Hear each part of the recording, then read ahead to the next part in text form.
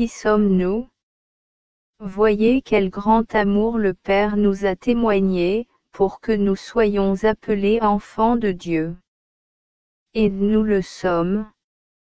Le monde ne nous connaît pas, parce qu'il ne l'a pas connu. Bien-aimés, nous sommes maintenant enfants de Dieu, et ce que nous serons n'est pas encore connu. Nous savons que, lorsque cela sera connu, nous lui serons semblables, car nous le verrons tel qu'il est. 1 Jean 3, 1-3. Que voulait dire Jean avec ces mots? Il voulait dire que la volonté de Dieu comme vie intérieure de Jésus restait encore à révéler et que le but de sa révélation, la révélation de ce qu'est la vie dans la volonté de Dieu, est qu'elle devienne notre vie en suivant l'exemple et la doctrine spirituelle de la servante de Dieu Luisa Piccarreta, par qui notre Seigneur a voulu la révéler à notre époque.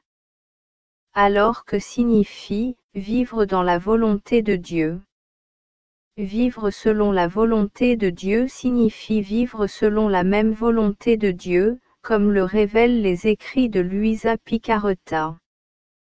Telle fut la vie de Jésus, notre Seigneur, et de Marie, sa et notre mère. Qui est Luisa? Luisa Piccarreta.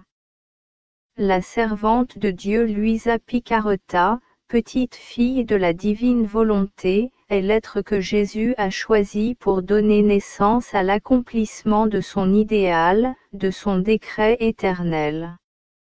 Jésus désire que celui-ci se répande dans toute l'Église et dans le monde entier. Il désire que sa divine volonté soit en nous ce qu'elle est en Dieu, sa vie, son bonheur est la source de toutes ses œuvres. Luisa est née à Corato, Bari, Italie, le 23 avril 1865. Elle y a passé toute sa vie et est décédée le 4 mars 1947. Aujourd'hui encore, on se souvient d'elle comme de Luisa, dite la Sainte. Sa cause de béatification a été ouverte en 1994. De nombreux témoins témoignent de sa vie, dont de nombreux prêtres, dont des évêques, un cardinal et même un saint canonisé, saint Annibale Maria di Francia, qui lui a rendu visite pendant 17 ans. Luisa a vécu sous la surveillance de nombreux confesseurs, des prêtres saints nommés par les autorités ecclésiastiques. Cependant, son principal témoin est Luisa elle-même, dans ses écrits, où elle raconte sa vie et sa mission. Qu'a écrit Luisa? Quels sont ses écrits? Luisa n'était pas une personne instruite, elle n'avait terminé que la première ou peut-être la deuxième année de l'école primaire, mais au nom de l'obéissance totale à ses confesseurs. 3. Elle dut consigner toutes les expériences extraordinaires qu'elle vécut. Elle rédigea ainsi 36 épais cahiers, ou volumes en forme de journal, que Jésus comme il le dit lui-même gravait d'abord de son doigt lumineux au plus profond de son âme, puis Luisa les coucha sur le papier. Ces merveilleux écrits sont intitulés par Jésus, Le royaume de ma divine volonté au milieu de la création. Le livre du ciel l'appel de la création à retourner à l'ordre, à sa place et aux desseins pour lesquels elle a été créée par Dieu. Saint Annibale Maria di Francia, en tant que réviseur des écrits de Luisa, fut le premier à les examiner. Il se familiarisa avec les 19 premiers volumes, et publia Nulla Osta, et l'archevêque. Il leur a donné son imprimatur.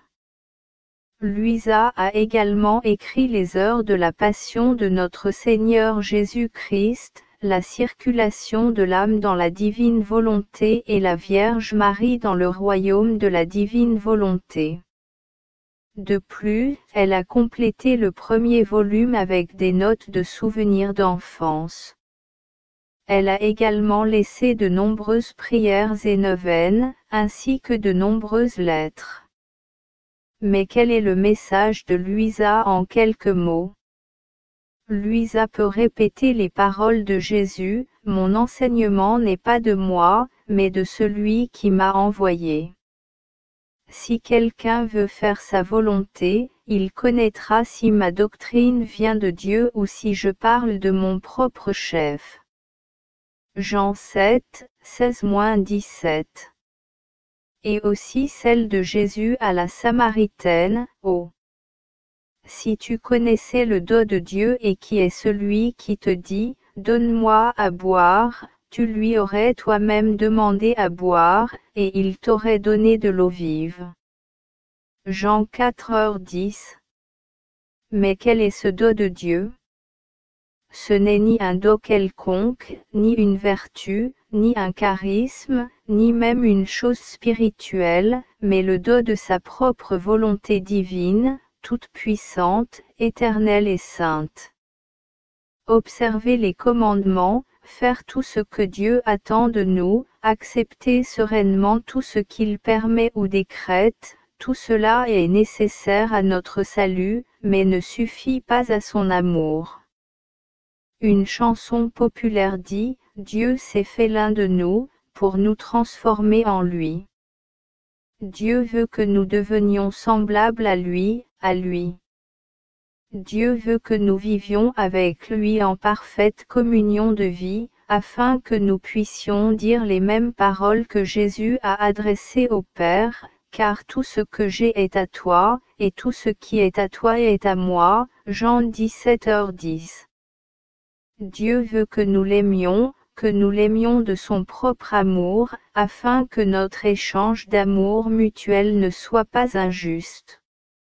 Sachant donc que notre cœur, notre volonté, est incapable d'aimer divinement par lui-même, il désire maintenant nous faire don du sien. Cœur, sa volonté adorable, don du cœur des trois personnes divines, afin que nous puissions vivre avec Dieu sa vie, participer à ses œuvres et aimer comme aiment les personnes divines. Et maintenant le Seigneur te dit, ce n'est pas assez que tu sois mon serviteur, je ferai de toi la lumière des nations. Is 49, 6. Et maintenant le Seigneur te dit, mon fils, donne-moi ton cœur, car je veux te donner le mien. Et maintenant le Seigneur vous dit, je désire vous donner ma volonté, afin qu'elle devienne pour vous ce qu'elle est pour moi. 4. Et maintenant le Seigneur vous dit, je ne pourrai rien vous donner de plus grand que le don de ma volonté, qui est tout pour moi, est l'essence de mon être divin, est la source de tous mes attributs, de mon amour, de ma vie, de mes œuvres, de toute bonté et de tout bonheur.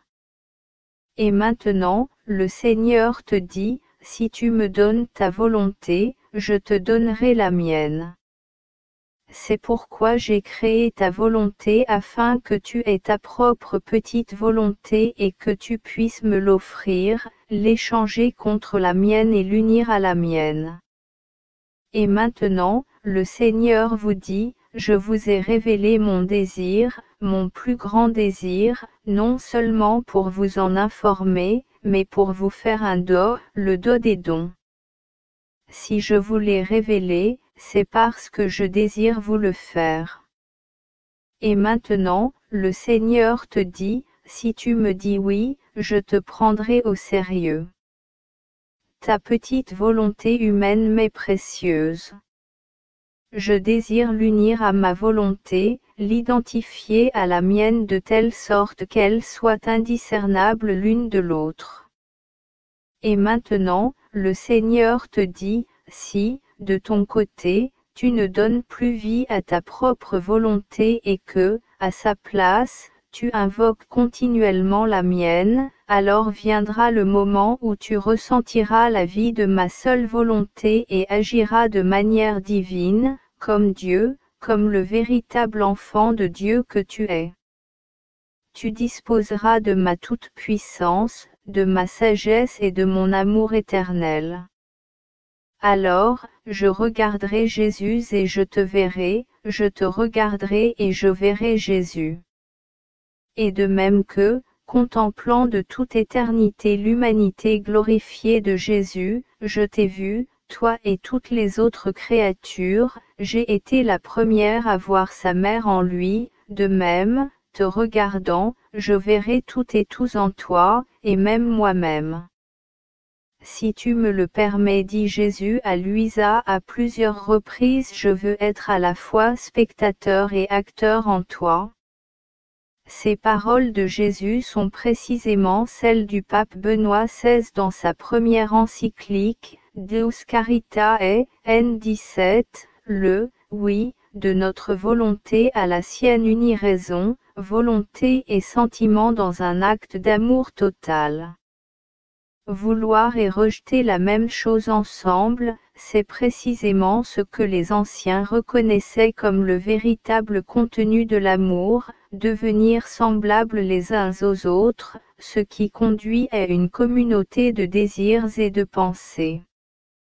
L'histoire d'amour entre Dieu et l'homme consiste précisément dans le fait que cette communauté de volonté grandit dans une unité de pensée et de sentiments, et ainsi notre volonté et celle de Dieu deviennent toujours plus congruentes. La volonté de Dieu n'est plus pour moi une volonté étrangère, imposée de l'extérieur par des commandements, mais devient ma propre volonté, qui naît de l'expérience fondamentale qu'en réalité Dieu est plus proche de moi que je ne le suis de moi-même. Par conséquent, notre dévotion à Dieu grandit et Dieu devient notre joie. C'est la vie dans la volonté divine. C'est la volonté même de Dieu, transmise par lui et acceptée par la créature l'homme comme son héritage et sa propre vie. Il ne s'agit pas de « message », car il n'existait tout simplement pas dans l'esprit de Louisa. Louisa apparaît comme une âme mystique qui a laissé ses écrits, à l'instar de nombreux autres auteurs anciens et modernes de l'Église, dont les expériences spirituelles personnelles nous sont connues grâce aux riches témoignages de leurs expériences ascético-mystiques. Citons par exemple les grands classiques, tels que Sainte Thérèse d'Avila, Saint Jean de la Croix, ou plus récemment Sainte Thérèse de Lisieux, Sainte Faustine Kowalska, pour n'en citer que quelques-uns.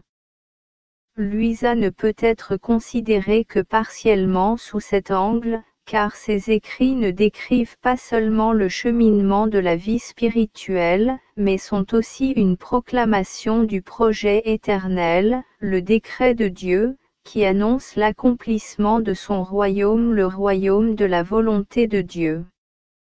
Louisa a écrit de nombreux volumes malgré son niveau d'éducation limité à la première ou à la deuxième année du primaire. Ses écrits sont truffés de fautes d'orthographe et de syntaxe, ce qui peut dissuader ceux qui les abordent avec préjugés et sans intention pure.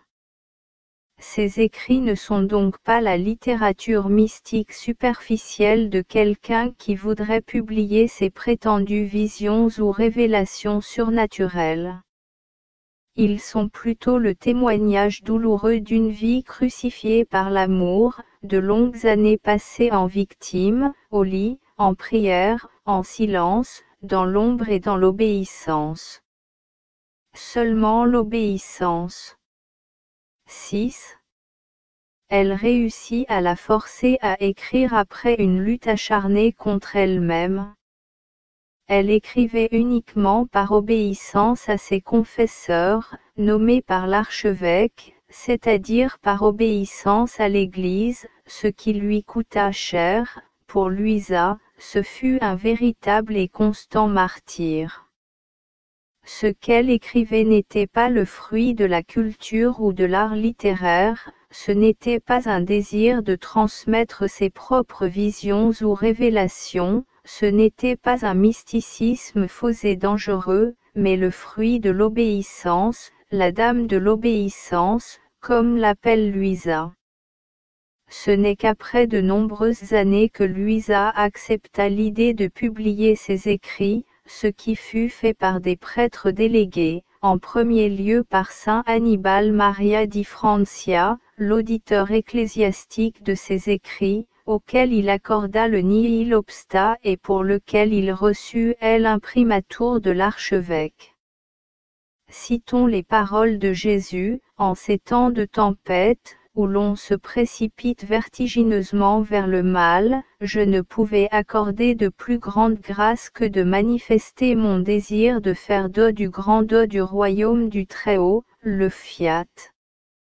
Plus précisément, c'est l'accomplissement de ce royaume que nous demandons dans la prière du Notre Père à commencer par Luisa. La volonté de Dieu doit s'accomplir sur terre d'une manière nouvelle, comme elle s'accomplit au ciel, où elle est source de tout bien et de tout bonheur, où elle est la vie de Dieu et de ses enfants. Notre Seigneur commence donc son extraordinaire message par ces mots, « Je viens demeurer avec vous et vivre avec vous, et vivre d'une seule volonté, d'un seul amour. » Le Seigneur répond, « Ma fille, ils ne veulent pas comprendre. Vivre dans ma volonté, c'est régner, faire ma volonté, c'est accomplir mes commandements. » Le premier signifie posséder, le second recevoir des commandements et les exécuter. Vivre dans ma volonté, c'est faire sienne ma volonté, en disposer. Faire ma volonté, c'est la considérer comme la volonté de Dieu, non la sienne, et ne pas pouvoir en disposer librement. Vivre dans ma volonté, c'est vivre une seule volonté, qui est la volonté de Dieu. Vivre dans ma volonté, c'est vivre comme un fils, et accomplir ma volonté, c'est vivre en serviteur. Dans le premier cas, ce qui est au Père est Fils. Et voici le don que je veux faire en ces temps difficiles, qu'ils non seulement accomplissent ma volonté, mais qu'ils la possèdent aussi. Ne suis-je pas le Seigneur qui donne ce qu'il veut, quand il veut et à qui il veut? Ne vous étonnez pas qu'ils ne comprennent pas, car pour comprendre, ils doivent être capables du plus grand sacrifice, c'est-à-dire de renoncer à leur propre volonté, même dans les choses saintes. 18 septembre 1924. La volonté de Dieu, que Jésus appelle la volonté du Père dans l'Évangile, est la réalité la plus intime, la plus essentielle et la plus vitale de Dieu, où tout est contenu. Le mot « désir » de l'italien « volere » est utilisé ici pour illustrer la différence entre le mot italien « volonta » et le mot « volere ». En polonais, ces deux mots signifient « volonté ». Dans ma volonté. Si l'âme l'accepte, elle accepte l'essence entière de mon être et contient tout en elle. 2 mars 1916. La volonté de Dieu n'est pas un attribut de Dieu ni quelque chose de Dieu, comme l'est la volonté humaine en l'homme. La volonté de Dieu, cependant, est ce que Dieu est. Prenons l'exemple d'une machine dont la première roue actionne tout le mécanisme, on peut dire que la volonté est ce qui donne vie à tout ce qui est en Dieu et en nous. Par volonté de Dieu, nous entendons généralement ce qu'il attend de nous, ce qu'il désire, c'est-à-dire que nous la voyons comme un complément. Pour Dieu, cependant, la volonté de Dieu est le sujet, Dieu lui-même la désire. On peut donc dire que la volonté est un nom, un terme qui exprime une certaine chose, tandis que tous les attributs divins amour, toute puissance, bonté, éternité, immuabilité, immensité, sainteté, justice, miséricorde, omniscience, sagesse, etc. en sont des adjectifs. La volonté de Dieu est toute puissante, bonne, sainte, infinie, éternelle, sage, miséricordieuse, immuable. Le désir de Dieu est la volonté de Dieu en action. Ce mot vient d'un verbe et désigne ce qu'il fait. Les désirs, quant à eux, décrivent les choses désirées ou déterminées par Dieu. La différence entre la volonté et le désir, bien qu'en réalité ils coïncident, est la même que celle entre le cœur et le battement du cœur, ou entre un moteur et le mouvement d'un moteur, ou entre une source et une rivière. En utilisant la même analogie, on pourrait dire que l'effet d'un battement de cœur est la vie, et l'effet d'un moteur, par exemple, est le voyage. Dans le cas du désir, l'effet qu'il produit est l'amour. Et si en Dieu la source est sa volonté, le fleuve est le désir divin, alors l'eau de ce fleuve est l'amour. Ainsi, Jésus pouvait tout aussi bien dire que l'amour est fils de la volonté de Dieu, car il en est la manifestation et la communication. La volonté de Dieu dépasse tout ce qu'elle fait et tout ce qu'il veut, refuse ou permet. Elle est la source et la cause suprême de tout ce qu'il est, de la vie incompréhensible de la très sainte Trinité et de leurs œuvres d'amour éternel. Elle est comme le moteur intime de Dieu, comme la première roue qui fait tout bouger, donnant vie à tout ce qu'il était à toutes ses œuvres. La volonté de Dieu est comme le cœur des trois personnes divines. Il parle certainement du Saint-Esprit, même s'il le mentionne sporadiquement. Par exemple, il lui consacre un long et beau chapitre dans le volume 18, 11 mai 1925. Dans ce chapitre, il décrit les gémissements du Saint-Esprit dans les sacraments. Cette mention sporadique peut s'expliquer ainsi, de même que la personne du Père reflète la volonté divine de la très sainte Trinité, la personne du Saint-Esprit reflète le désir de Dieu, et c'est sous cette forme que le Saint-Esprit parle continuellement. De plus, le Saint-Esprit, en tant que personne qui, pour ainsi dire, crée le lien d'amour mutuel et d'unité entre le Père et le Fils, est aussi le même lien entre l'épouse et l'épouse, et dans notre cas, entre Jésus et Louisa.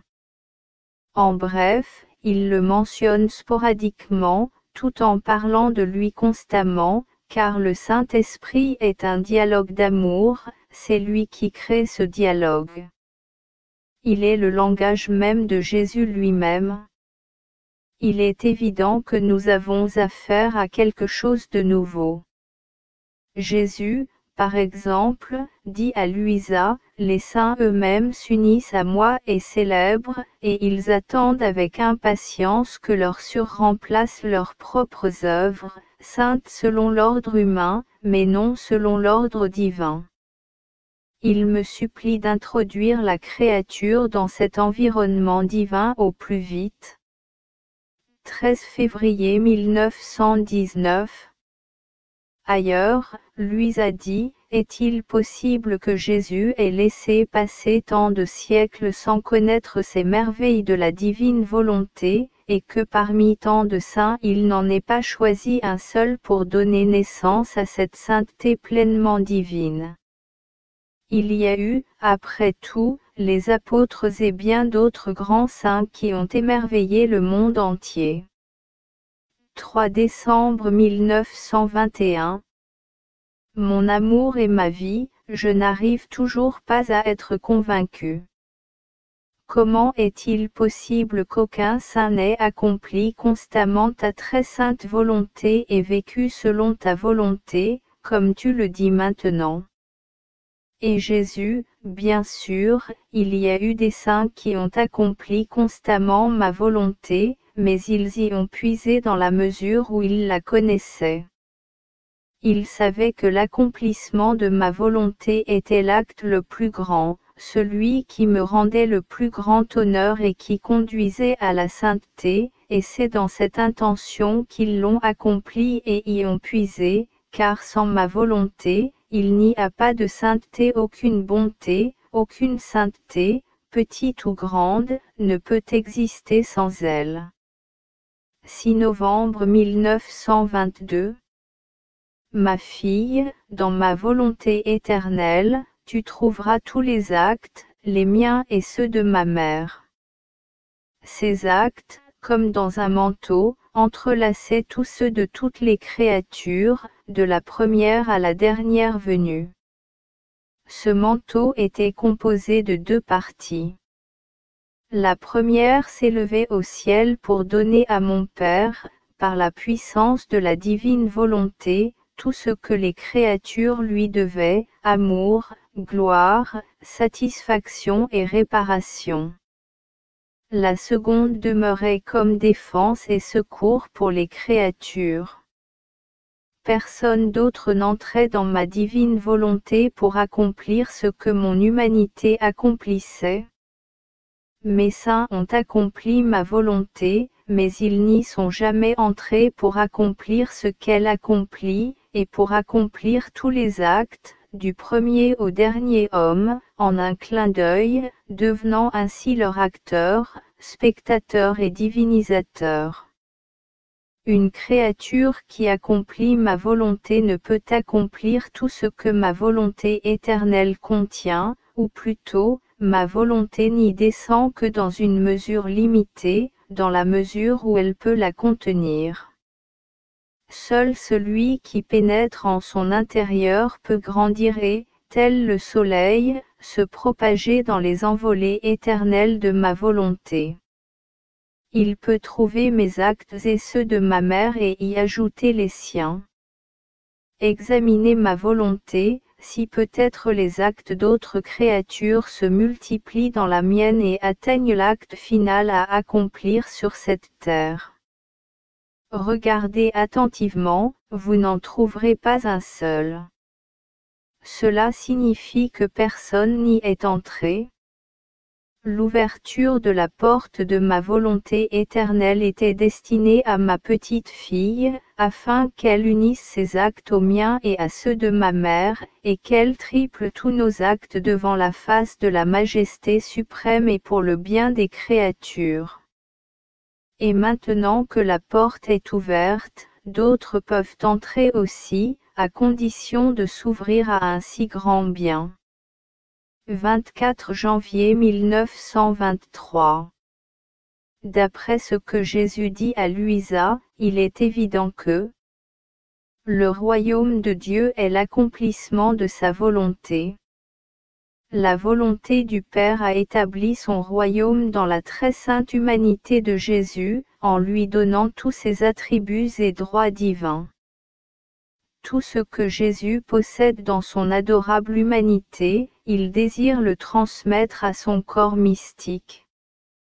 Les paroles, comme au ciel, ainsi sur la terre, sont une réalité parfaite en Jésus et Marie, comme dans le Père, ainsi aussi dans le Fils.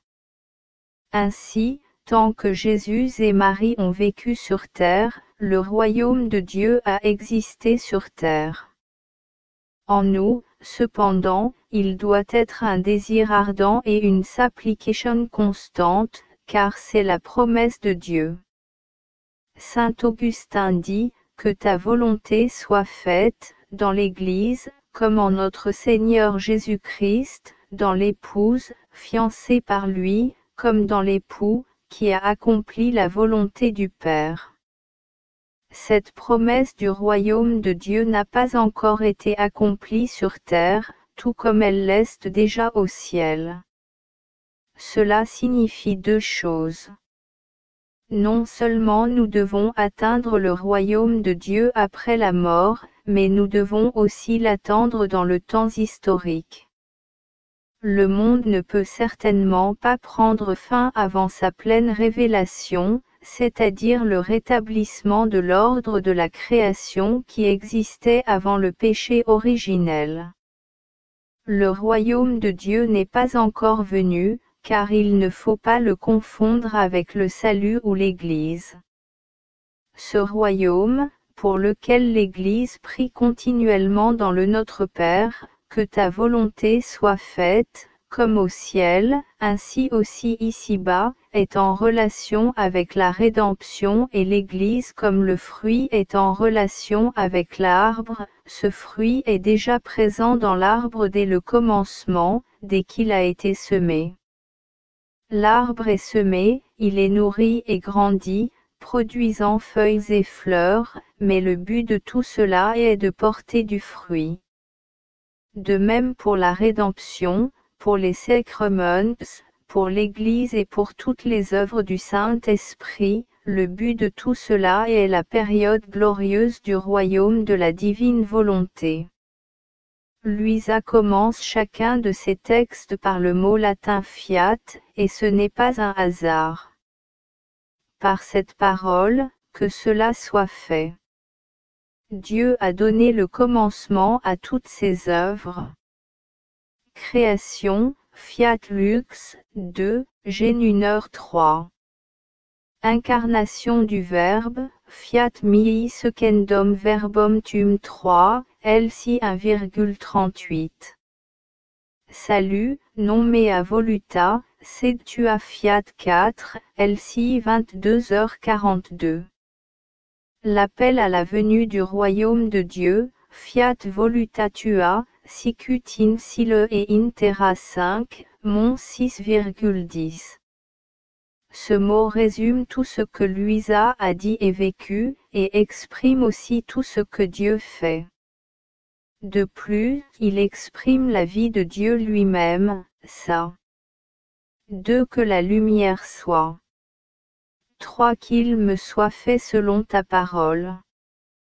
4. Que ma volonté ne soit pas faite, mais la tienne. 5. Que ta volonté soit faite sur la terre comme au ciel. Acte éternel et total, il exprime sa volonté infiniment sainte. Lorsque Jésus parle à Luisa du troisième fiat, il entend l'accomplissement de la prière du Notre Père. Accomplir la volonté de Dieu n'a rien de nouveau. Ce qui est nouveau, c'est que Dieu nous invite à vivre selon sa volonté, tout comme le Père, le Fils et le Saint-Esprit vivent selon cette volonté éternelle. Ce qui est nouveau, c'est la volonté de Dieu agissant dans la création et la création agissant en elle de manière divine. Ce qui est nouveau, c'est cette grâce des grâces, ce don des dons, que nous puissions non seulement accomplir ce que Dieu attend de nous, mais aussi vivre la vie de sa volonté, et ainsi vivre et régner avec elle et en elle. Ce qui est nouveau, c'est l'échange constant de la volonté humaine et de la volonté de Dieu, car l'âme, dans la peur de la sienne, demande à être remplacée en tout et à chaque instant par la volonté de Dieu, qui remplit l'âme de joie, d'amour et de bien infini, lui rendant la ressemblance avec Dieu perdue par le péché et lui restaurant le but pour lequel l'homme a été créé par Dieu, vivre comme un enfant de Dieu et participer à tous ses biens. La nouveauté réside dans le fait que Jésus, par le don de sa volonté à la créature, façonne sa vie et sa présence réelle en elle.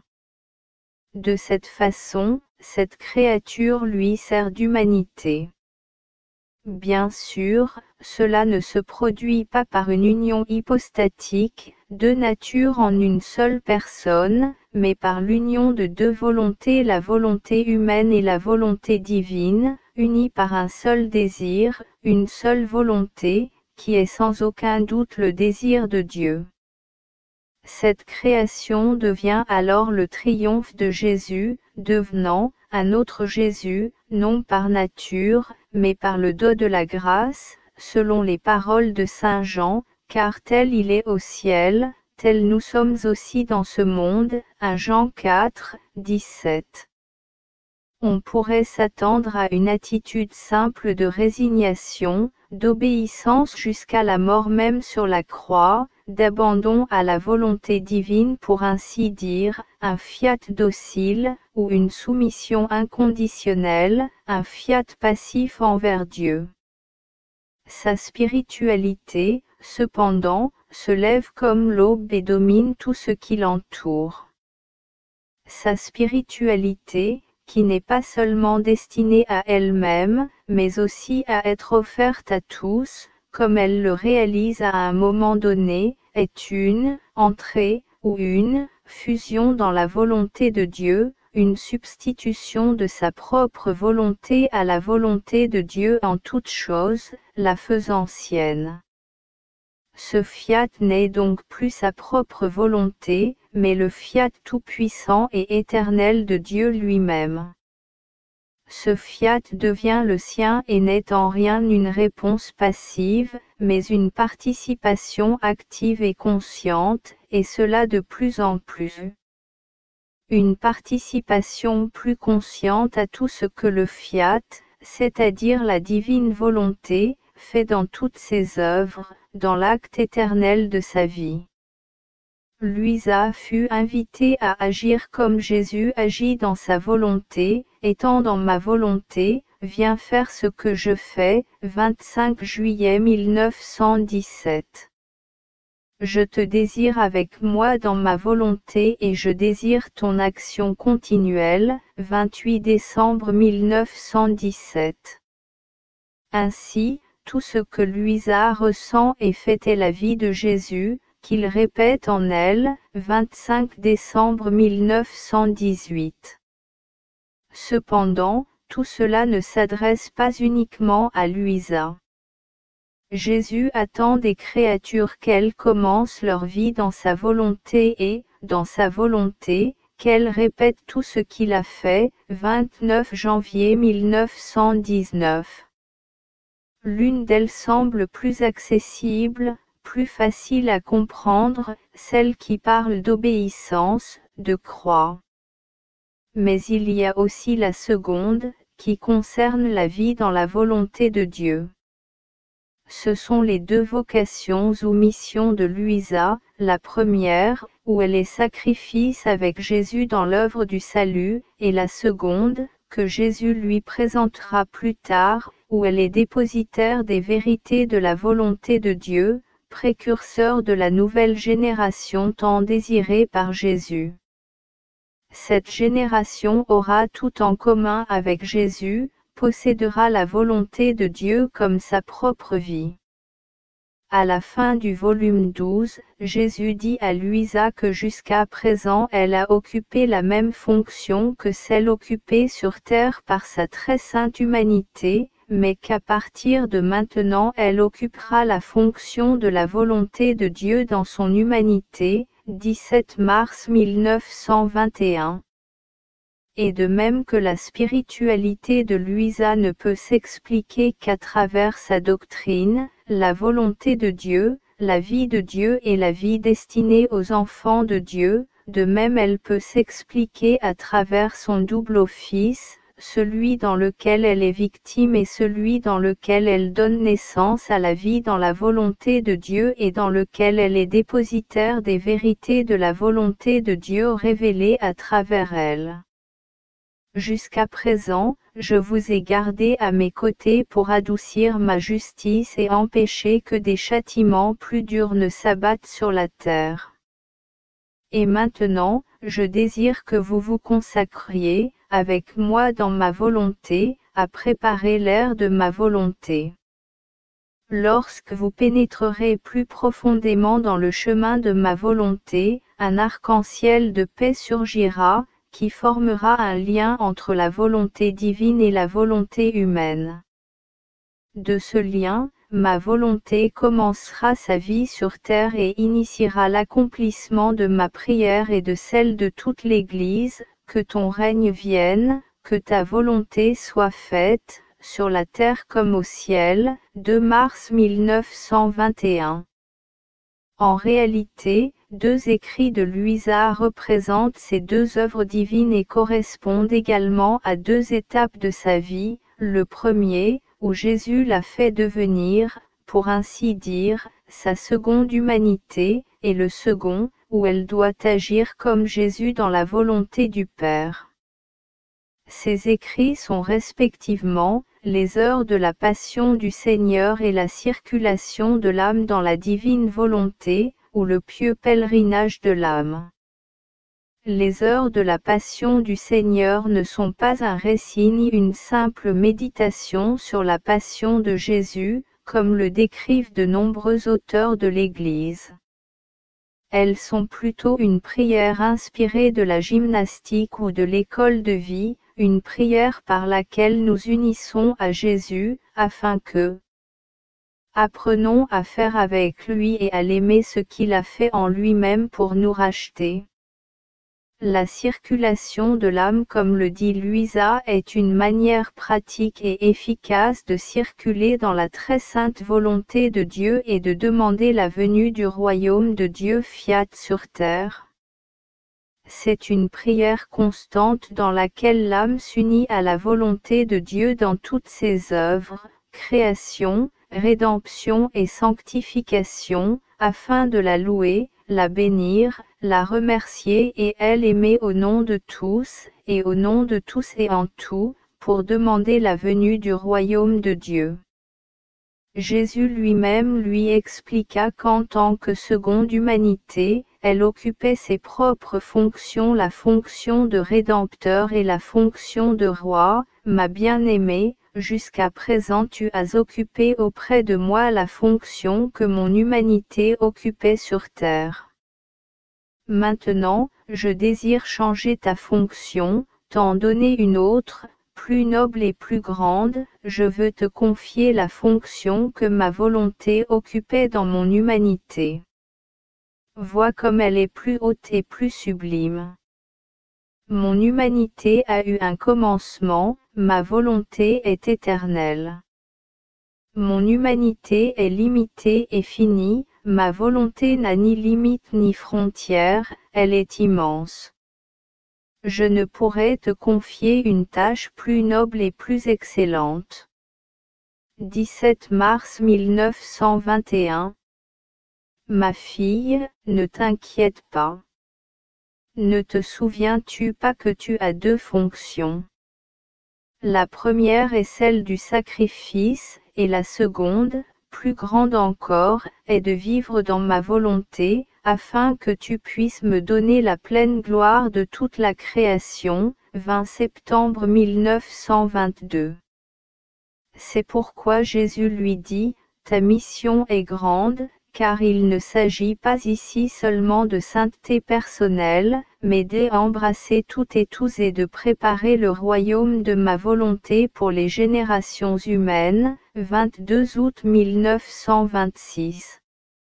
Saint Hannibal Monsieur Di Francia écrit à son sujet, Notre Seigneur, qui d'âge en âge augmente toujours davantage les merveilles de son amour, semble vouloir faire de cette Vierge même, qu'il appelle la plus petite sur la terre et qui n'a aucune éducation, l'instrument d'une mission si sublime qu'elle ne peut être comparée à aucune autre, en d'autres termes, la mission du triomphe de la divine volonté dans l'univers, selon ce qui est dit dans la prière du Notre Père, Fiat voluta tua, sicut in cielo et in terra sis.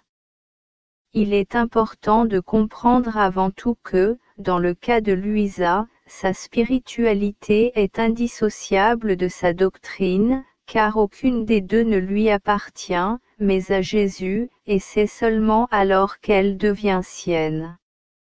Luisa n'a écrit que ce qu'elle a vécu. Sa vie intérieure est précisément la vie de la divine volonté. En nous limitant à considérer l'individu et les nombreuses vertus qui en émanent, nous oublions qu'elles sont comme les feuilles ou les fleurs de la plante qu'est la volonté divine. Et son fruit est le royaume de Dieu. 6. Que ta volonté soit faite sur la terre comme au ciel. La question qui devrait nous préoccuper le plus est de savoir comment cela. La plante a été semée. Comment la nourrir? Comment a-t-elle mûri chez Louisa? Nous aspirons à le savoir, car nous voulons le reproduire en nous-mêmes. À la lecture de ces écrits, il serait erroné d'envisager chaque sujet isolément, en le soustrayant à son contexte global, car cela risquerait d'en déformer presque tous les aspects. Une interdépendance harmonieuse et un ensemble cohérent créent un message unique. Le message véhiculé par ces écrits n'est pas un simple fil conducteur parmi tant d'autres, mais le thème le plus universel qui soit. Ce thème de la révélation et de la proclamation de la volonté de Dieu est le thème au-delà des thèmes, le thème qui atteint son apogée d'expression et de communication dans ses écrits, donnés par Dieu à l'humanité. Le triomphe du royaume de Dieu réside dans l'acceptation par l'humanité de cette révélation et de cette communication. Le thème de la volonté de Dieu englobe tous les autres thèmes possibles. On peut dire que le plan de Dieu, dans les écrits de Louisa, contient un certain modèle, un point de départ, qui est la cause et la source de tout le plan, la volonté de Dieu en Dieu, un centre du plan, qui est la réalisation parfaite du plan, le Verbe incarné, et un point culminant, le résultat à atteindre, le royaume de Dieu. On ne peut rien trouver d'autre qui ne soit présent dans l'un de ces trois points. Tout d'abord, de même que pour l'interprétation correcte de ce que Louisa a écrit, comme le Seigneur l'a transmis, la connaissance du contexte et de la situation donnée, dans laquelle elle l'a écrit, etc., est nécessaire, de même la bonne vue du lecteur est nécessaire, la lumière du corps, c'est l'œil. Mon 6, 22 à 23. Concernant les écrits de Louisa, une question fondamentale et essentielle se pose, quelle attitude adopter face à ces écrits? Devrions-nous les aborder avec l'attitude d'un rationaliste qui croit pouvoir tout expliquer par la psychologie? Je crois qu'après avoir découvert ces écrits, nous devrions écouter notre cœur. Aujourd'hui, si vous entendez sa voix, n'endurcissez pas votre cœur. La question que nous devrions nous poser est, qui prononce ces paroles, Louisa ou notre Seigneur? Pourrait-elle venir d'elle, ou plutôt du Seigneur? Y a-t-il quelque chose qui puisse montrer qu'il est impossible qu'elle vienne du Seigneur? Pour obtenir une clé fiable de discernement en la matière, Jésus nous donne ceci. Un indice, brûlant, mon enseignement n'est pas de moi, mais de celui qui m'a envoyé. Si quelqu'un veut faire sa volonté, il connaîtra si ma doctrine vient de Dieu ou si je parle de mon propre chef. Gn 7, 16 à 17. Autrement dit, avant de nous plonger dans les écrits, afin de ne pas entraver une bonne compréhension de leur contenu, nous devons clarifier ce qui suit, les sujets dont parle Louisa, et que Jésus lui communique, et à nous à travers elle, sont-ils sa réalité subjective ou une réalité objective? Acceptons-nous cette dernière comme possible? Sommes-nous prêts à la reconnaître avec toutes ses conséquences? Jésus dit à Louisa, « Je me révèle aux humbles et aux simples, car ils placent immédiatement leur confiance en mes grâces et les tiennent en grande estime, même s'ils sont ignorants et pauvres. Mais envers ces derniers, que tu vois, je ne suis pas très bienveillant, car le premier pas qui rapproche une âme de moi est la foi. Et ce qui leur arrive, c'est que, malgré toute leur connaissance, leurs lectures et même leur sainteté, ils ne reçoivent jamais un rayon de lumière céleste, mais suivent le chemin naturel et ne touchent jamais, même légèrement, au surnaturel. 19 mai 1899. C'est comme gravir une montagne, on ne peut la conquérir en sautant ici et là. La base essentielle pour lire ces écrits est une connaissance suffisante des évangiles et de l'écriture sainte en général. Il est important de procéder dans l'ordre, commencer par lire le premier volume, par lequel Luisa a commencé son écriture, en acceptant tous les enseignements et en lui laissant ses expériences personnelles, expériences mystiques, souffrances, mission de sacrifice. La lecture du volume 11, chapitre par chapitre, est également très utile, car elle apporte beaucoup de lumière et suscite l'enthousiasme et l'amour pour la divine volonté. Parallèlement à la lecture de ces deux volumes, il est également utile de commencer la lecture des heures de la Passion du Seigneur, en pratiquant l'amour et la connaissance de notre Seigneur. Le reste est à lire. Lentement, lentement, pour que le feu brûle avec une bonne nourriture et ne se transforme pas en un feu de paille. Tu as trouvé du miel mangeant autant que tu en as besoin, de peur d'être rassasié. Pirovi 25, 16. Les premiers apôtres suivirent Jésus. Celui-ci, se retournant, leur dit, « Que cherchez-vous » Ils lui dirent, « Maître, où demeurez-vous » Il leur répondit, « Venez et voyez. » Autrement dit, commençons notre lecture en gardant à l'esprit que Jésus a dit, « Écoutez-moi donc, je vous en prie, mes enfants, lisez attentivement ces paroles que je mets sous vos yeux, et vous ressentirez le besoin de vivre ma volonté. Je serai avec vous pendant votre lecture, je toucherai votre esprit et votre cœur afin que vous compreniez ce qu'est le don de mon divin fiat et que vous le désiriez.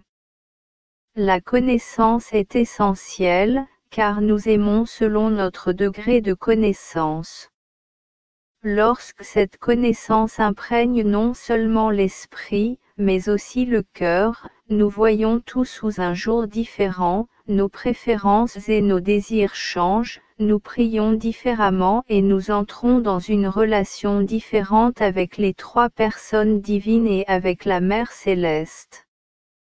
Notre vie change, et nous ne nous soucions plus de la changer, car notre seul intérêt est Jésus et son propre plaisir. On ne peut comprendre la réalité de vivre dans la volonté de Dieu et sa portée infinie, et voir concrètement à quel point cela est différent de faire uniquement la volonté de Dieu ou de vivre, selon la volonté de Dieu, que dans la mesure où la volonté de Dieu devient la vie que nous vivons. Jésus dit, « Je désire tant que les créatures acceptent ma volonté, cela m'est de la plus haute importance, cela me tient à cœur. Toutes les autres choses ne m'intéressent pas de la même manière, même les plus saintes. Et quand je vois une âme vivre ma volonté, je me sens victorieux, car elle contient le plus grand bien qui puisse exister au ciel et sur la terre. » 23 mars 1910. Je te veux toujours dans ma volonté.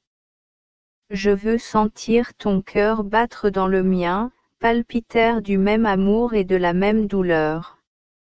Je veux sentir ta volonté dans la mienne, qui, se multipliant en tout, d'un seul geste me donnerait réparation et amour pour tous.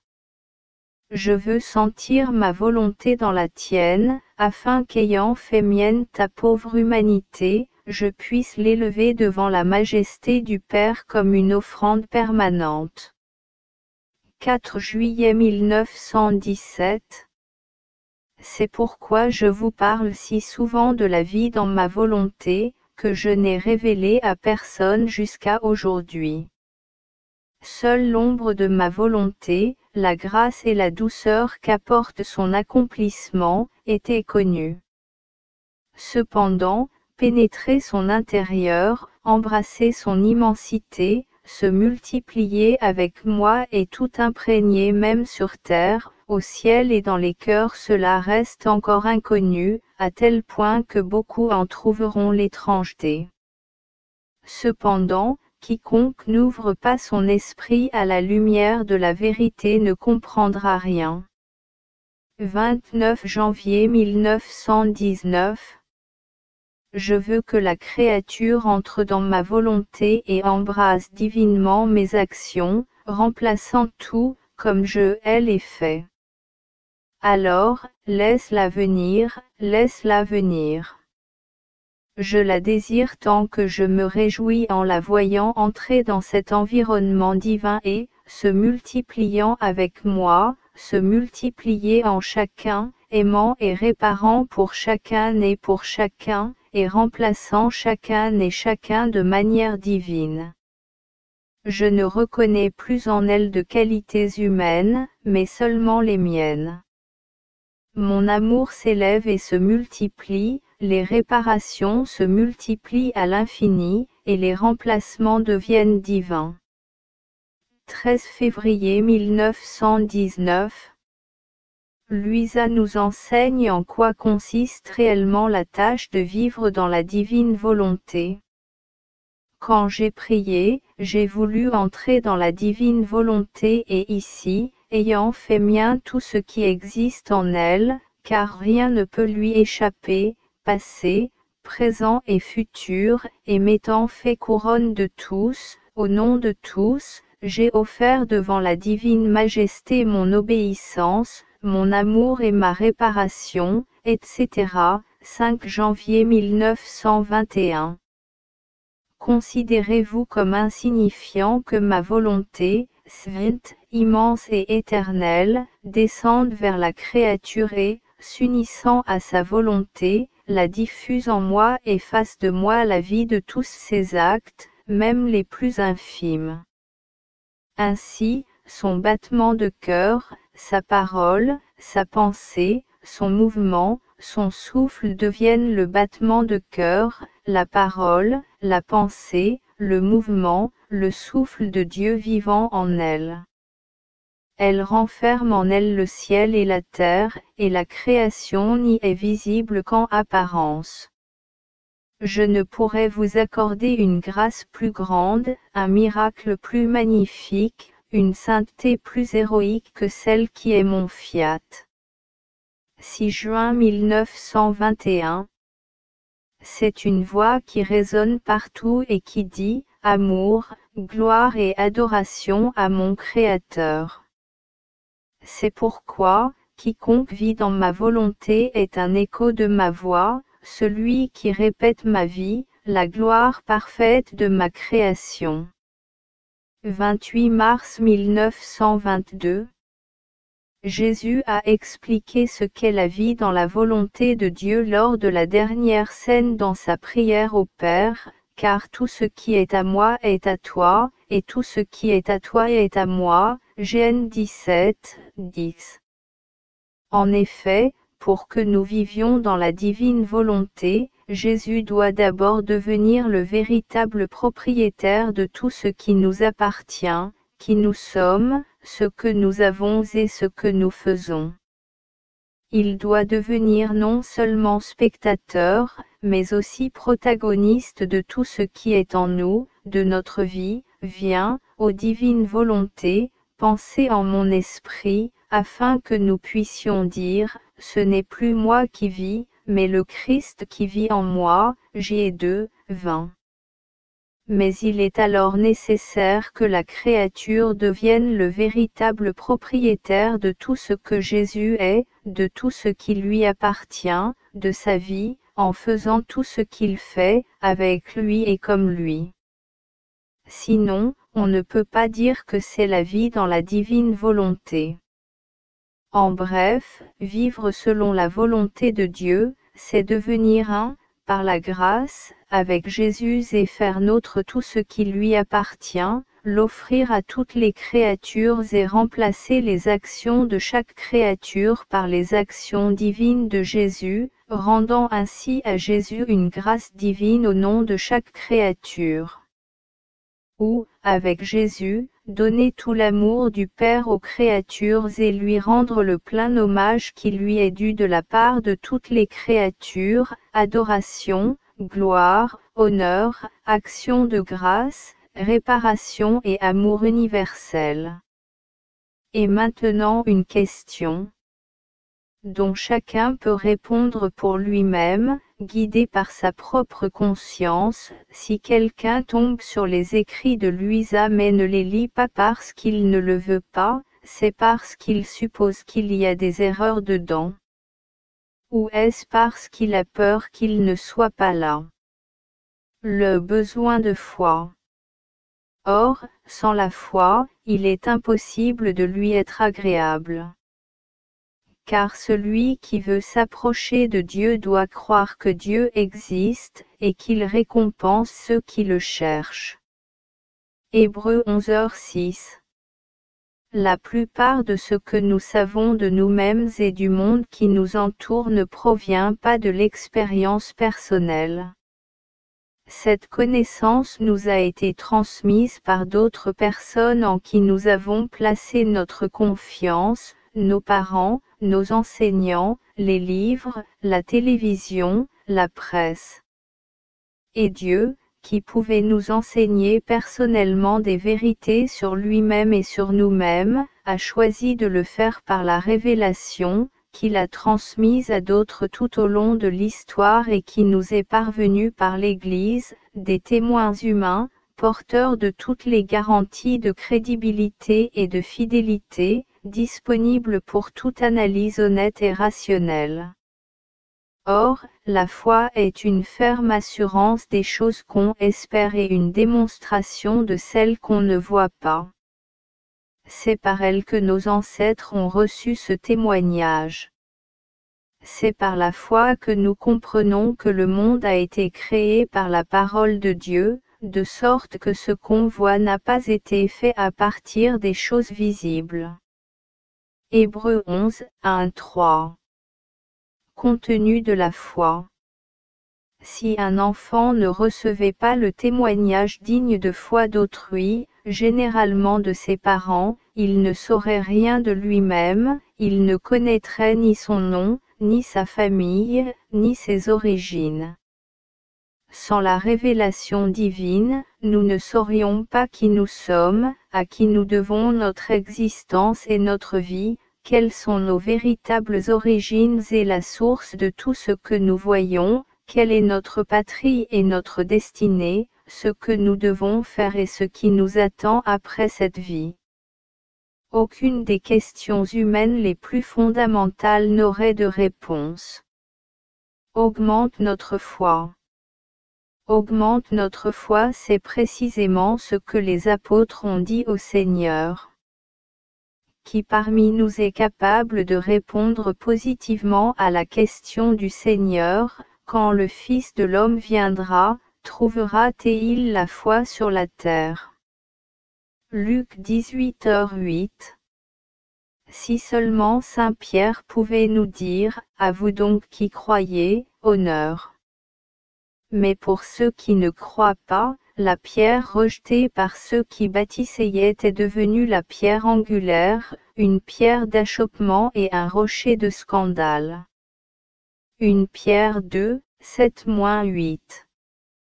Bien-aimés, car le temps est venu où le jugement va commencer par la maison de Dieu, une Pierre 4h17. Le temps de l'épreuve et de la tentation approche pour tous, soyez sobres.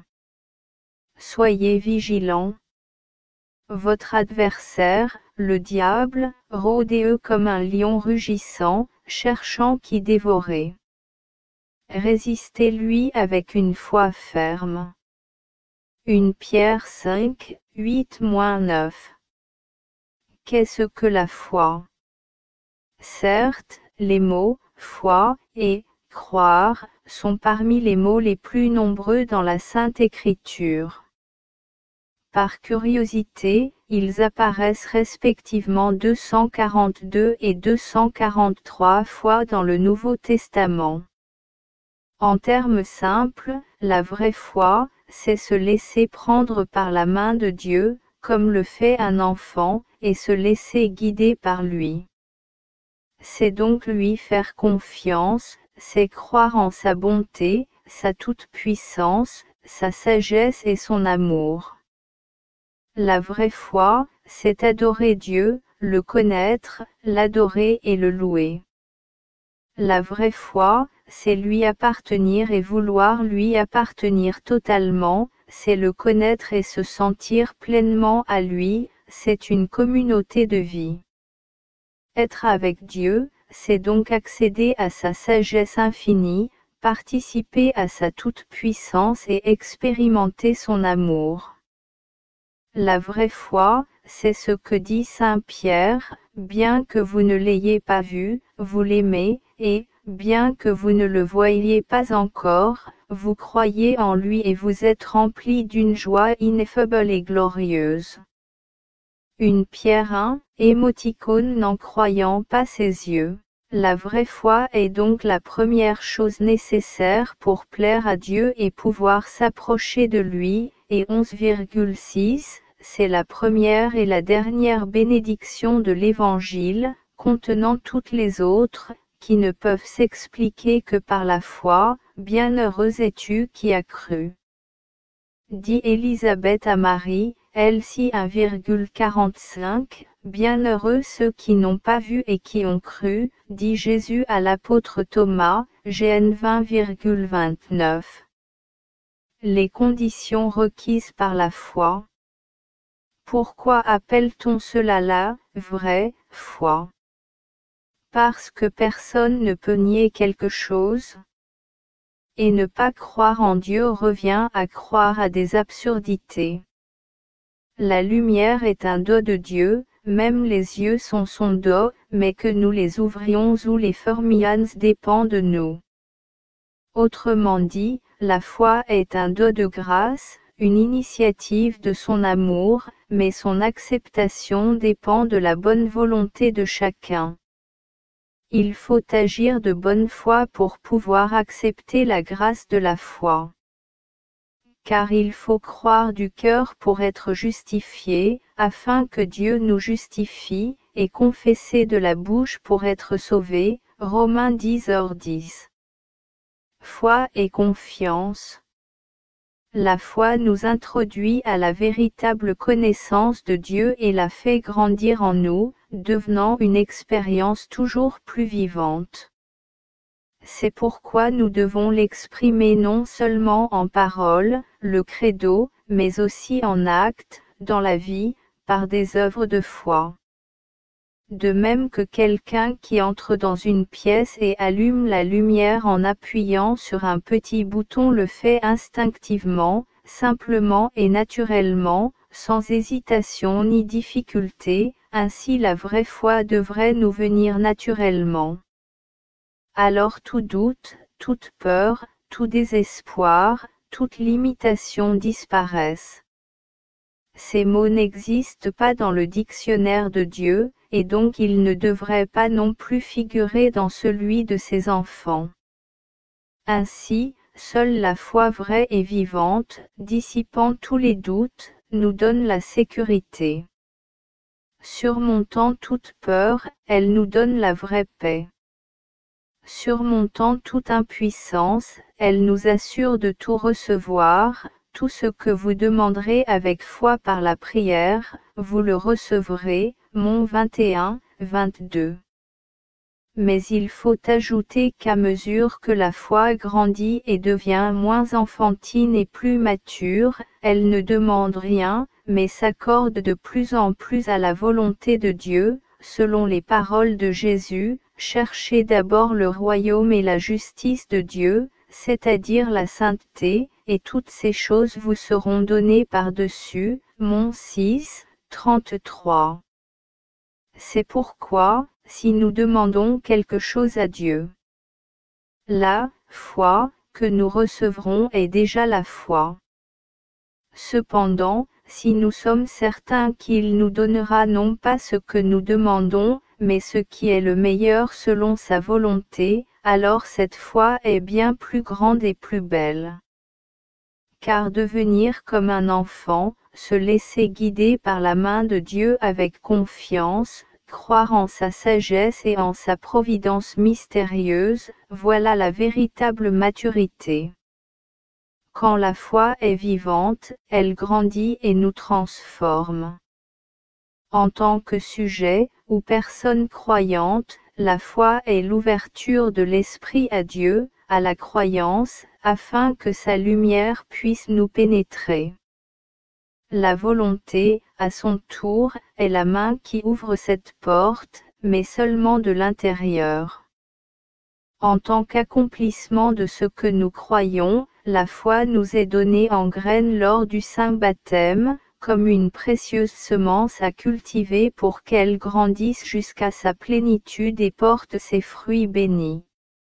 La foi est donc, Dieu vérité qui est notre propriété, 7.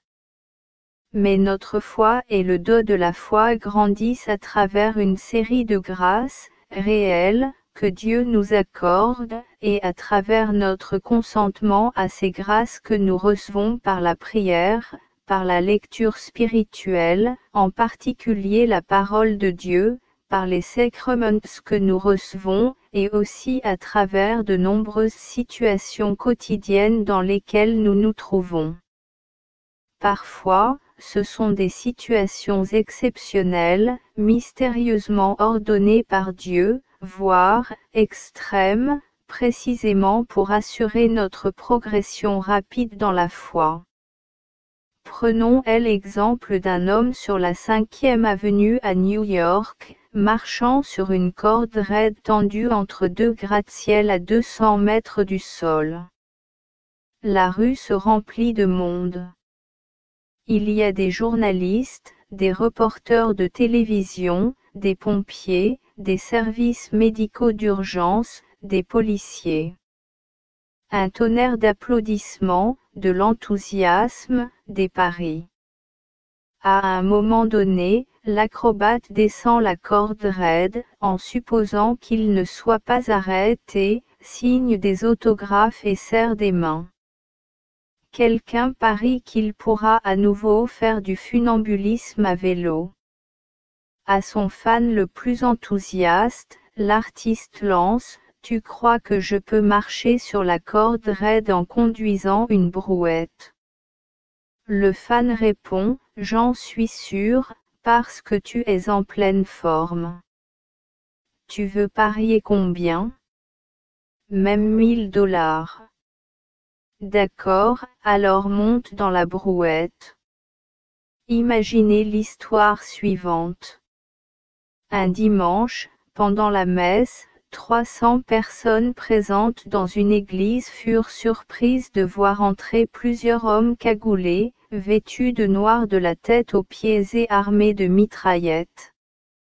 L'un d'eux, qui semblait être le meneur, s'empara du micro et dit « Seuls ceux qui sont prêts à prendre une balle pour le Christ devraient rester à leur place.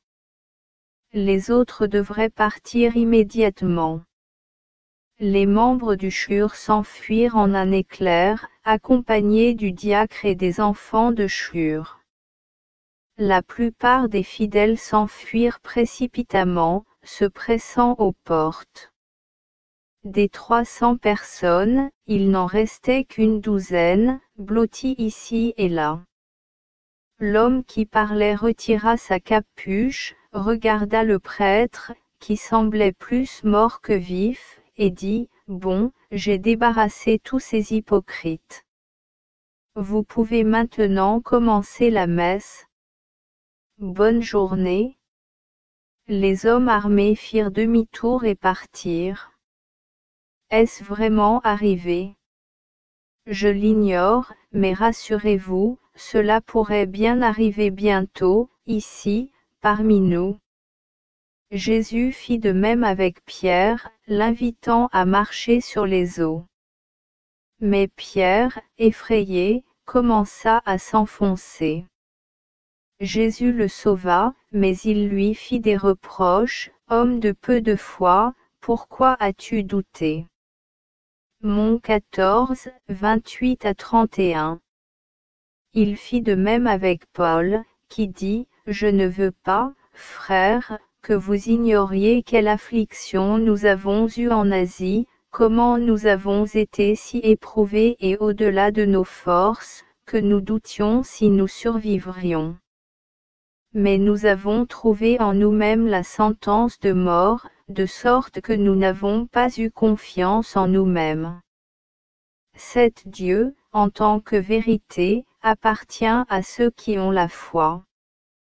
Jésus est la vérité, le chemin et la vie.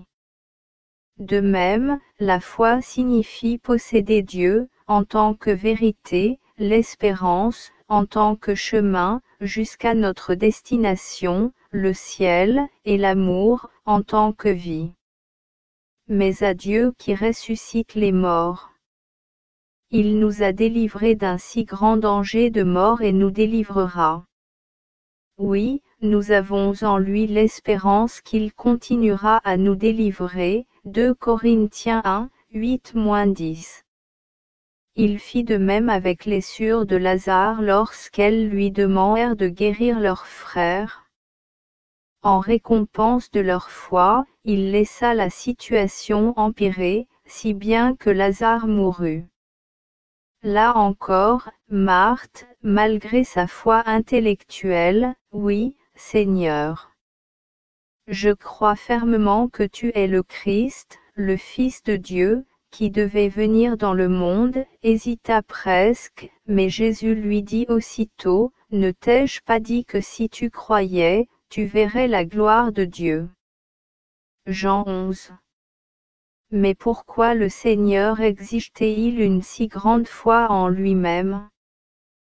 Par exemple, lorsque Jésus se rendit chez un chef de synagogue nommé Jaïrus pour guérir sa fille mourante, des gens arrivèrent et dirent, « Ta fille est morte. Pourquoi importuner davantage le Maître ?»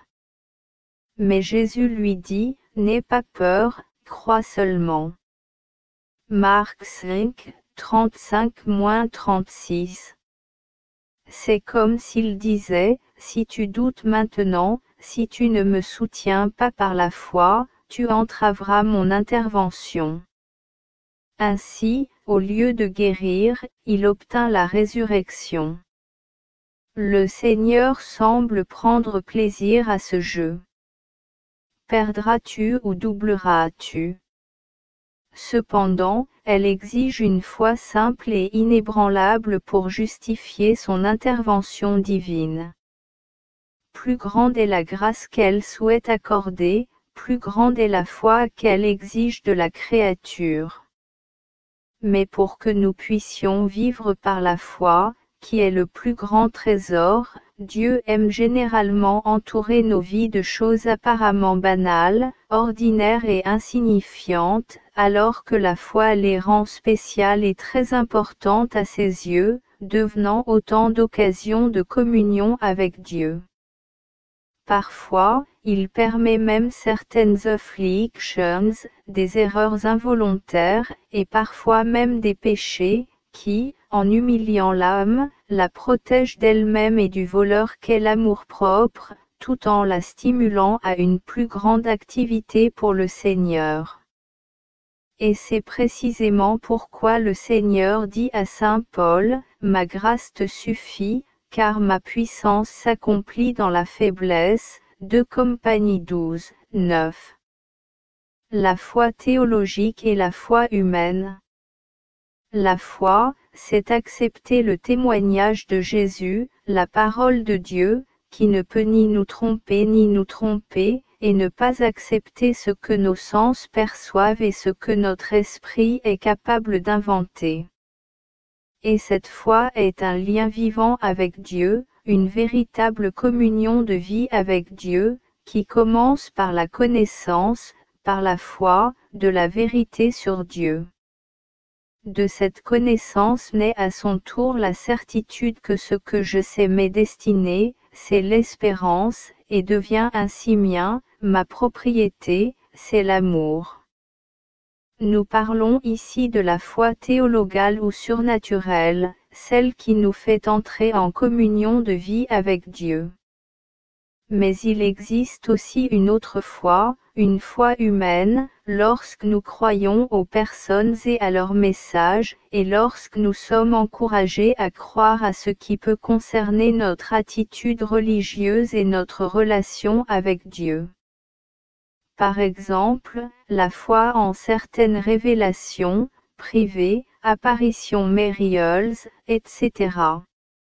Certes, elles ne font pas partie du credo, mais elles servent, entre autres, à mesurer la valeur de notre foi surnaturelle, car l'amour se réjouit de la vérité. Il supporte tout, croit tout, espère tout, endure tout. 1 Compagnie 13, 6-7.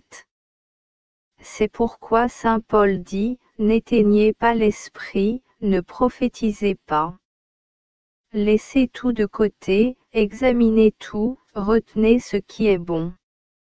1 Thessaloniciens 5, 19-21. Les révélations privées nous aident à discerner si quelque chose est en accord ou en désaccord avec la révélation publique, qui est la norme de notre foi. La foi selon notre Seigneur telle que décrite dans les écrits de Luisa Piccarreta. Jésus m'a adressé ces mots précis, la foi est Dieu.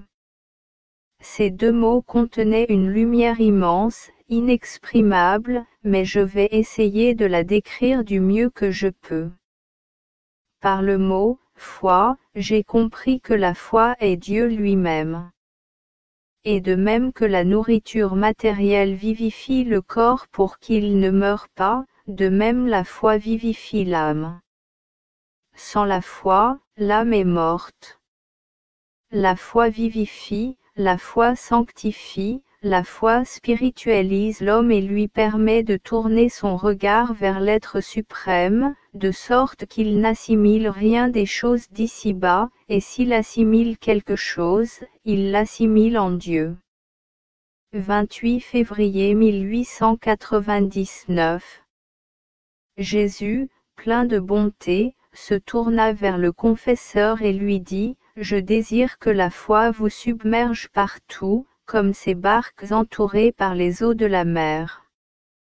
Et puisque la foi, c'est moi-même, si vous débordez de moi, c'est-à-dire de celui qui possède tout, qui peut tout donner et tout donner librement à ceux qui placent leur confiance en lui, vous ne vous soucierez pas de ce qui arrivera, ni du moment où cela arrivera, ni de la manière dont vous l'accomplirez. Moi-même, je viendrai à votre secours selon vos besoins. » Puis il ajouta, « Si vous pratiquez cette foi, comme si vous y nagez, en récompense, je répandrai dans votre cœur 3 délices spirituelles. Premièrement, vous pénétrerez les choses de Dieu avec clarté, et en accomplissant les choses saintes, vous vous sentirez envahi d'une telle joie et d'un tel bonheur que vous en serez comme imprégné et c'est la l'onction de ma grâce. Deuxièmement, vous vous lasserez des choses terrestres et vous vous réjouirez dans votre cœur pour les choses célestes. Troisièmement, un détachement complet de tout. Vous ressentirez de l'aversion pour les choses qui vous passionnaient auparavant. Je répands cela dans votre cœur depuis quelque temps déjà, et vous en faites déjà l'expérience. Votre cœur sera alors inondé de la joie dont jouissent les âmes nues, dont le cœur est si imprégné de mon amour que les choses extérieures qui les entourent ne les touchent pas. 25 juin 1899. Ma fille, celui qui se nourrit de la foi acquiert la vie divine, et en acquérant la vie divine, il détruit la vie humaine, c'est-à-dire qu'il détruit en lui-même les germes créés par le péché originel, et retrouve une nature parfaite, telle qu'elle est sortie de mes mains, semblable à moi, et de cette manière il surpasse en dignité la nature angélique elle-même. 2 mars 1902. Ma fille, tout a sa source dans la foi. Quiconque est fort dans la foi l'est aussi dans la souffrance. La foi trouve Dieu partout, le perçoit dans chaque action, le touche dans chaque mouvement, et chaque nouvelle circonstance qui apparaît est une nouvelle révélation de Dieu que la créature reçoit. Sois donc forte dans la foi, car si tu es forte en elle en tout état et en toute situation, la foi te donnera du courage et t'assurera de rester unie à Dieu pour toujours. 20 mars 1904. Ma fille, la foi donne la connaissance de Dieu, mais la confiance nous permet de le trouver. Par conséquent, une foi sans confiance est une foi stérile. Et bien que la foi soit une richesse immense, grâce à laquelle l'âme peut devenir riche, sans confiance elle reste toujours pauvre et privée de tout. 29 juillet 1904. En bref, la foi est un moyen efficace de s'unir à Dieu et à sa volonté, puis, en s'appuyant sur sa parole, d'accepter son don et d'en faire sa vie. Ce don est si grand et précieux que, lorsqu'on le possède véritablement, nul besoin d'expériences extraordinaires, sensuelles ou de miracles pour le confirmer, car au lieu d'apporter de la lumière, un sens plus profond, il jetterait une ombre et, au lieu de donner de la crédibilité, il la priverait de crédibilité. Luisa écrit. Après cela, je me suis dit, dans cette sainte volonté, il n'y a ni miracle ni choses extraordinaires visibles, pour lesquelles les créatures seraient si avides qu'elles feraient le tour du monde pour en acquérir un seul. Au contraire, tout se joue entre l'âme et Dieu. Et si les créatures reçoivent de bonnes choses, elles ignorent d'où elles viennent. Vraiment, elles sont comme le soleil qui, bien qu'il donne la vie à tous, n'y prête aucune attention. Et tandis que je réfléchissais à cela, mon Jésus revint, l'air impressionnant, et ajouta, « Quel miracle! Quel miracle! L'accomplissement de ma volonté n'est-il pas peut-être le plus grand des miracles ? Ma volonté est éternelle, un miracle éternel, elle ne finit jamais. C'est le miracle de chaque instant où la volonté humaine est constamment unie à la volonté divine. Ressusciter les morts, rendre la vue aux aveugles, etc., ne sont pas éternels, ils ont une fin. Comparés au grand et durable miracle de vivre dans ma volonté, on peut les appeler des ombres de miracles, des miracles passagers. Ne prêtez pas attention à ces miracles. Je sais quand ils sont bénéfiques et nécessaires. 12 novembre 1921. La volonté de Dieu s'expérimente donc avec une foi pure. Ses fruits nous montreront, avec le temps, qu'elle n'était pas une illusion.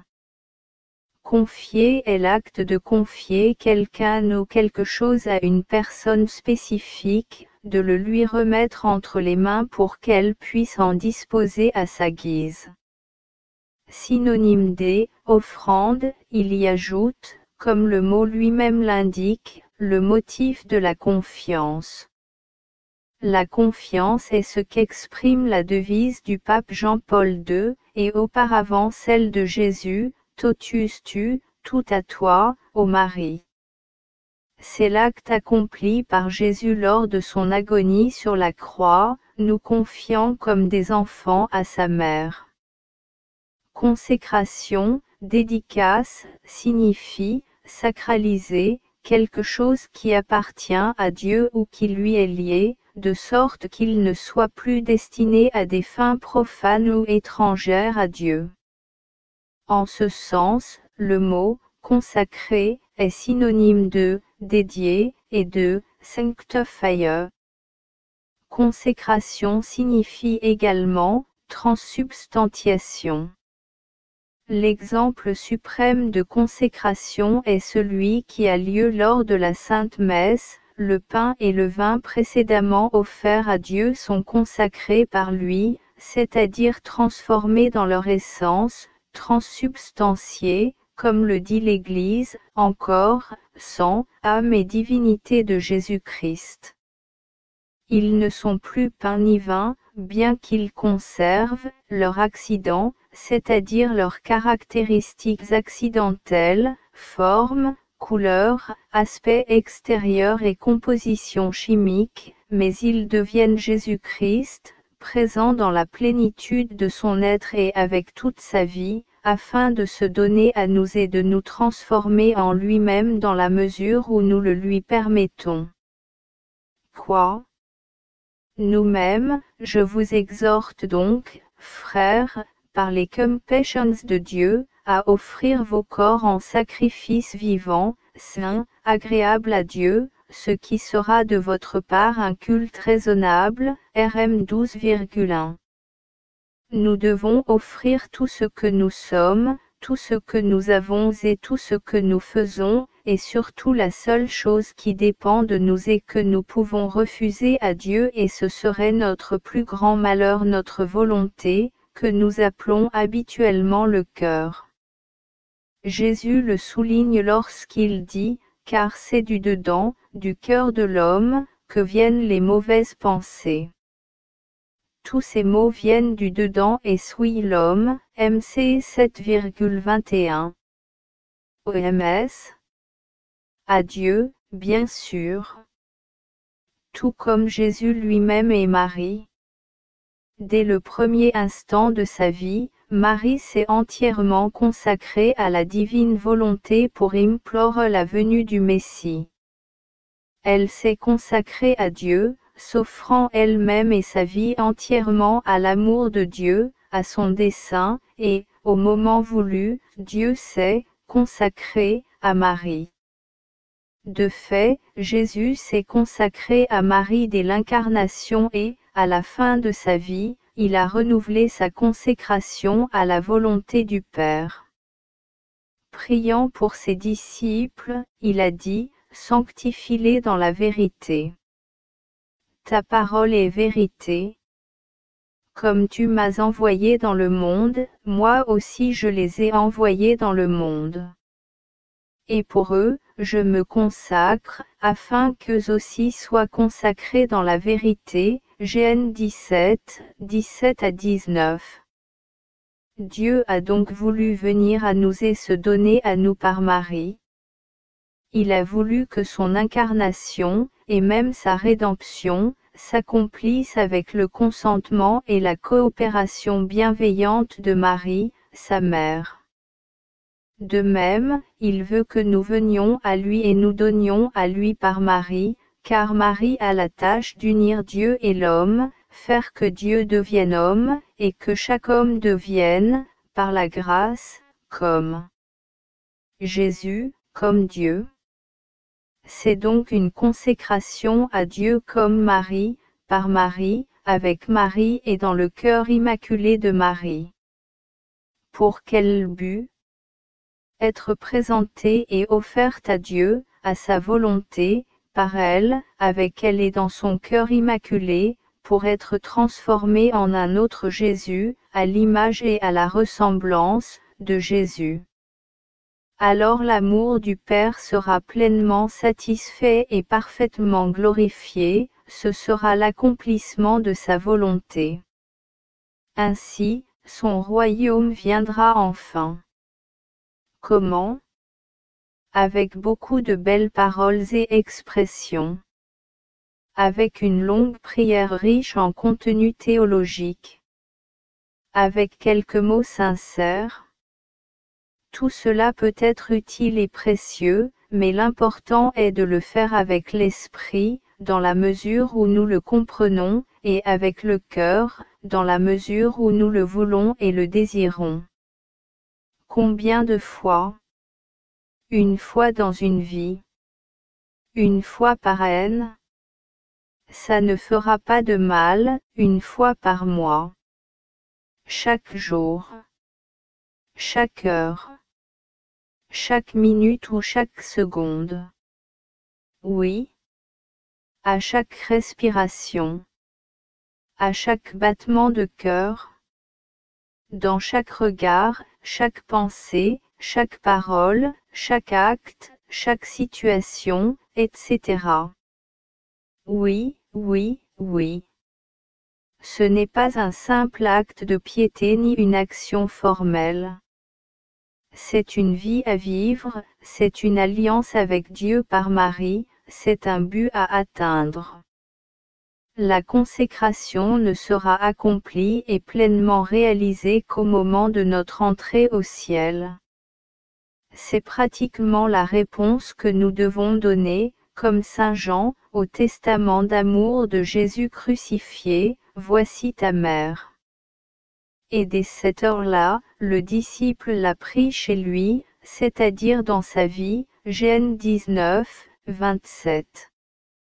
Il a toujours été clair que le catholicisme ne peut exister sans dévotion mariale, qu'être catholique signifie être marial, que l'amour pour la mère conduit à trouver le Seigneur dans la mère et à travers la mère. Benoît XVI aux représentants de la Congrégation mariale, à Ratisbonne, le 29 mai 2011.